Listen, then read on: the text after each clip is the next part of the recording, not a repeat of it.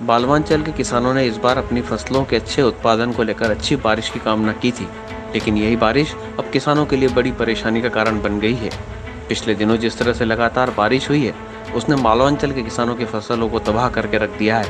खेतों में पानी भरा है जो फसलों को बर्बाद कर चुका है, लेकिन किसानों के लिए अब तक न सरकार से न ही फसल बीमा कंपनियों से कोई राहत की खबर आई है। बीमा कंपनियों ने तो किसानों के फोन उठाना तक बंद कर दिए हैं, जबकि हजारों किसान अतिवृष्टि के चलते इस बार बर्बादी की कगार पर हैं।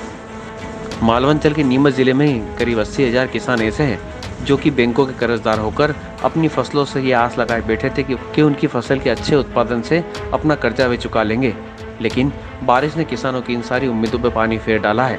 जिले की सोयाबीन की फसल इस बार खत्म सी हो गई है। ऐसे में किसानों ने अपने फसल बीमा के तहत उन्हें राहत मिलने की उम्मीद जताई, लेकिन यहाँ कंपनी उनका साथ नहीं दे रही है, क्योंकि कंपनी किसानों की पीड़ा को सुनने तक को तैयार नहीं है। जो नंबर कंपनी द्वारा दिए गए हैं वो लग नहीं रहे हैं, और लग भी जाए तो कोई वो फ़ोन उठाने को तैयार नहीं है। ऐसे में किसान बड़ी संख्या में जिला कलेक्टर के पास पहुंचे और वहां अपनी पीड़ा सुनाई, जहां कलेक्टर ने भी उन्हें भरोसा दिलाया कि फसल नुकसान का आकलन करवाकर बीमा या मुआवजा उन्हें दिलवाने की कोशिश करेंगे। बहुत ही नुकसान हुआ है, सभी फसलें बर्बाद हो गई और कुछ ऊपर की जगह ज़मीन में फसल है उनमें बिल्कुल अफलन की स्थिति अतिवृष्टि के कारण। और बीमा कंपनी में हम एक किसान लगभग दिन में 8 घंटे बोट कर रहा है, बीमा कंपनी का अंग्रेजी आ रहा है, वो व्यस्त बताता है, कोई कॉल उठाने को तैयार नहीं है। सोसाइटी में या बैंक में जाते हैं तो वो कोई संतुष्टिपूर्वक जवाब कोई देने को तैयार नहीं है। पटवारी को बोलते वो भी कोई संतुष्टिपूर्वक जवाब देने को तैयार नहीं है। हमारे अभी इस सोयाबीन में 1 बीघे के लगभग 15,000 का खर्चा तो हम लगा चुके हैं, और इसको खेत से निकाल कर इस झाड़ को भी अगर वापस बाहर निकालेंगे तो 3,000 खर्चा, और लगभग एक किसान 1 बीघे में 20,000 रुपये खर्चा और कर्ज हो जाएगा। बैंकों का कर्ज कहाँ से चुकाएंगे? पहले भी हमारे कर्ज के तले सब दबे हुए हैं, तो अब इस पर बिल्कुल आत्महत्या करनी पड़ेगी। अगर बीमा या मुआवजा कुछ शासन की सहायता नहीं मिलती है तो किसान को आत्महत्या के लिए मजबूर होना ही पड़ेगा। देखिए, इसमें कांग्रेस और भाजपा की बात नहीं है, ये किसान हित की बात है। आज अतिवृष्टि की वजह से सारी फसलें बर्बाद हो चुकी है, और सबसे विडंबना है कि जो बीमा कंपनियां हैं वो फ़ोन नहीं उठा रही। सरकार, जिला प्रशासन ने कहा किसानों को कि जो अगर फसल खराब है तो आप बीमा कंपनी को फ़ोन करके उनके प्रतिनिधि को बुलाकर उनकी जांच करवाएं, लेकिन अभी तक एक भी किसान की जांच नहीं हुई है, जो बहुत दुर्भाग्यपूर्ण स्थिति में है। और सबसे बड़ा दोष मैं इस चीज़ को देता हूँ, सबसे बड़ा दोष जो प्रधानमंत्री फसल बीमा योजना उसका है। पहले जब फसल बीमा योजना होती थी उसको, और अभी 2 साल में जो परिवर्तन किया है उसके अंदर बड़ी विडंबना है कि हमें बीमा कंपनियों किसानों खुद फ़ोन लगाना पड़ेगा और खुद ही उनकी सारी चीज़ें करनी पड़ेगी। जबकि पहले पटवारी सर्वे करते थे और एक मापदंड था, वो सारे मापदंड को झुटला कर अब एक नया नियम लागू किया है, वो भी एक दुर्भाग्यपूर्ण है। निश्चित है कि आज किसान समस्या में है ही।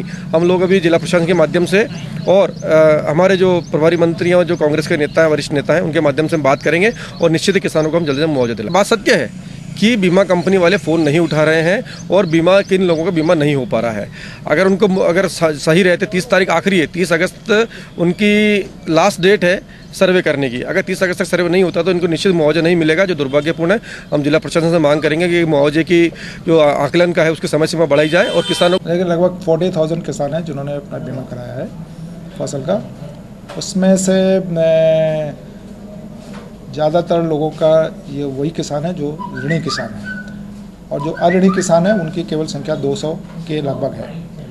तो ऐसी परिस्थिति में जो फसल बीमा की कंपनी है, रिलायंस कंपनी, जिसने इस ज़िले में इंश्योरेंस किया है, उसको निर्देश दिया गया है कि आप लोगों के ऑफलाइन फॉर्म्स लेंगे, क्योंकि जो टोल लाइन है उस पर रश ज़्यादा है, तो हो सकता है कि उस पर बातचीत नहीं हो पा रही हो, लेकिन उनको ऑफलाइन लेने का निर्देश दिया गया। उनको बताया गया है कि ऑफलाइन आप अगर बैंक में किसान सीधा जा कर के जहाँ से उसका इंश्योरेंस हुआ है, अगर उसको आवेदन पत्र देता है तो वो आवेदन पत्र भी वहाँ से स्वीकार किया जाएगा। और इसमें जो लोगों का पूरी तरीके से बाढ़ के कारण, पानी नदी के बहाव के कारण फसल नष्ट हुई है, खेतों में पानी आया है, उनका सर्वे करा करके उनको इंश्योरेंस दिलाया जाएगा। ऐसे जगह पे जहाँ पे अत्यधिक जल भराव हो गया है और फसल नष्ट हुई है उसका कराया जाएगा। और तीसरे वो परिस्थिति बनती है जिसमें कि अतिवर्षा के कारण अफलन की स्थिति आई है। अगर अफलन की स्थिति आई है तो ये क्रॉप कटिंग के बाद ही तय होगा कि किसमें हमारी फसल का कितना नुकसान हुआ है। और जिन लोगों ने का इंश्योरेंस है उनका इंश्योरेंस के माध्यम से उनको पेमेंट होगा।